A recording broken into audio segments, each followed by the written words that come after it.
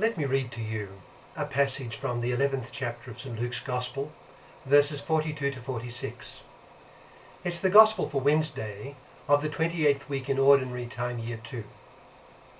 St. Luke writes, Jesus said to the scribes and Pharisees, "Woe to you, Pharisees, because you give God a tenth of your mint, rue, and other kinds of garden herbs, but you neglect justice and the love of God. You should have practiced the latter without leaving the former undone. Woe to you, Pharisees, because you love the most important seats in the synagogues and greetings in the marketplaces. Woe to you, because you are like unmarked graves, which men walk over without knowing it." One of the experts in the law answered him, "Teacher, when you say these things, you insult us also." Jesus replied, "And you experts in the law, woe to you, because you load people down with burdens that they can hardly carry, and you yourselves will not lift one finger to help them."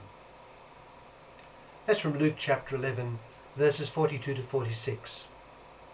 And what does it suggest to us? Well, in our gospel passage today, our Lord openly and to their faces condemns the Pharisees and the lawyers. Let us consider his words and to whom they are directed. To begin with, they are directed at the official leaders and guides of religion. One very revealing aspect of studies of the religions of man is the quality of those who lead and teach religion in a society. They have been good and they have been corrupt. This applies to Christ's church, and we see it in microcosm within the 12 themselves, Christ's own apostles. They are made up of very human persons with a genuine love for Jesus, but with dangerous faults. Simon, for all his protestations of undying loyalty to Jesus, went on to deny him 3 times during his passion. Presumably, Judas Iscariot began his discipleship as one who enthusiastically followed our Lord and loved to be with him. After all, our Lord chose him from among his disciples to be one of the 12, and Christ could not have made a mistake. He was divine, and his choice related directly to his mission for mankind.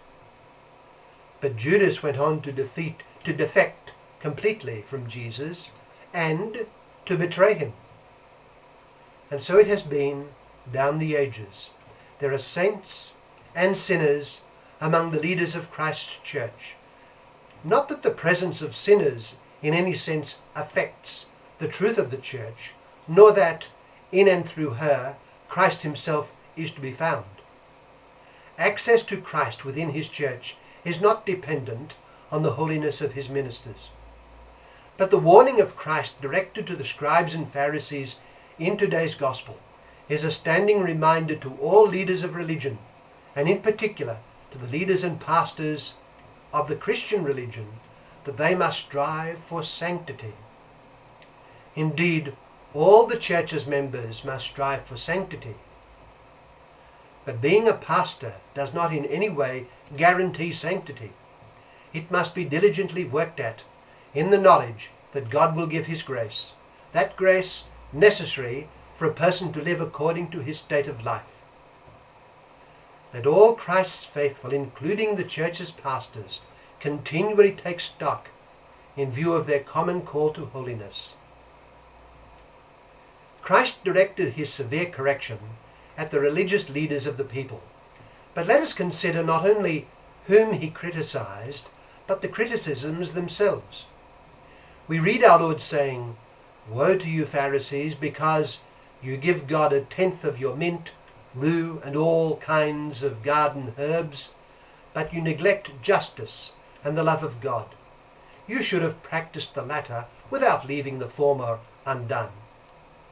So, the scribes and Pharisees made their religion consist of the meticulous fulfillment of various rules with little concern for actually growing in a personal love for God and in a true justice towards neighbour. Their fulfillment of religious duties, rules of secondary importance, was self-centered. They did what they did with little true love. How different were some of the children of Abraham.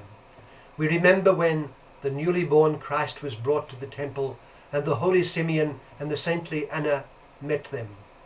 These two were outstanding religious people, true children of Abraham. And this is to say nothing of the child's own parents, Mary, and his foster father Joseph.